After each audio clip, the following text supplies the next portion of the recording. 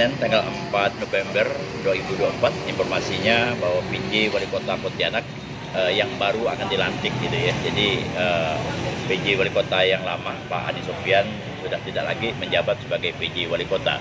Dan tentu sebagai warga Wali Kota mengucapkan terima kasih kepada Pak Adi Sofyan yang telah mengabdikan dirinya sekian bulan lamanya di Kota Pontianak. Hanya saja ketika penggantian ini informasinya bahwa diganti oleh salah satu pimpinan KPK yang akan nanti menjadi PJ di Wali Kota di Kota Pontianak.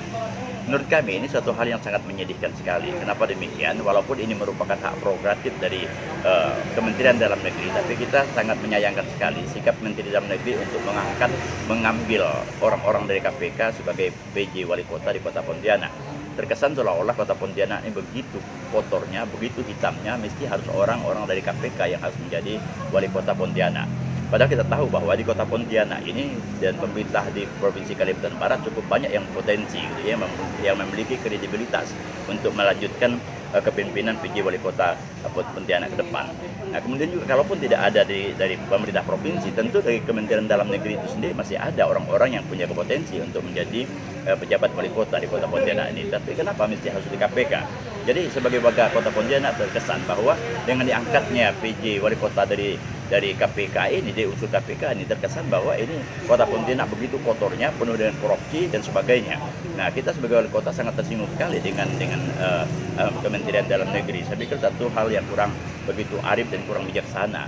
Nah, mestinya harus juga memperhatikan unsur-unsur hal-hal yang berkaitan dengan otonomi daerah. Walaupun itu memang ada kewenangan dari Kementerian Dalam Negeri, paling tidak ini harus juga mendapatkan mendengarkan perhatian dari bagaimana kondisi di Kalimantan Barat sendiri, ya kan? Jadi artinya otonomi daerah itu mesti juga harus menjadi perhatian. Jadi kalaulah dikatakan bahwa PJ Wali Kota itu diambil dari KPK dalam rangka nantinya untuk bisa menanamkan unsur-unsur anti korupsi, saya pikir suatu hal yang impossible, tidak mungkin akan terjadi dalam waktu 1, 2, 3 bulan ini bisa menanamkan sistem itu.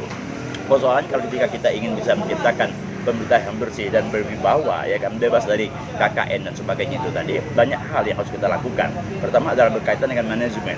Bagaimana manajemen pemerintahan itu sendiri dikelola dan sedemikian rupa, kemudian juga tetap berpegang kepada ketentuan-ketentuan yang ada.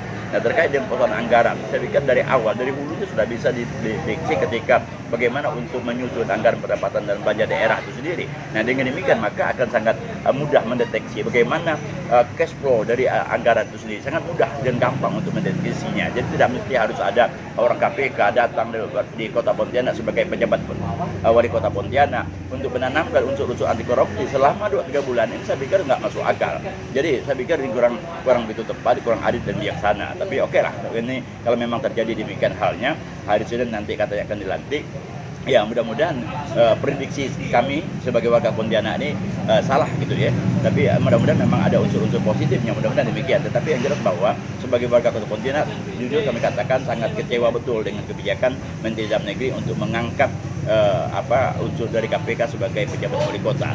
Sekali lagi saya katakan bahwa di Kota Pontianak, di Kalimantan Barat ini masih banyak orang-orang personal di birokrasi kita yang memiliki kemampuan, ya kan, memiliki kredibilitas, memiliki jiwa-jiwa leadership yang baik untuk mengelola Kota Pontianak tinggal hanya 2-3 bulan ini saja. Tidak perlu harus menggunakan tangan-tangan dari pusat, apalagi menggunakan tangan-tangan dari KPK. Saya kira demikian. Terima kasih.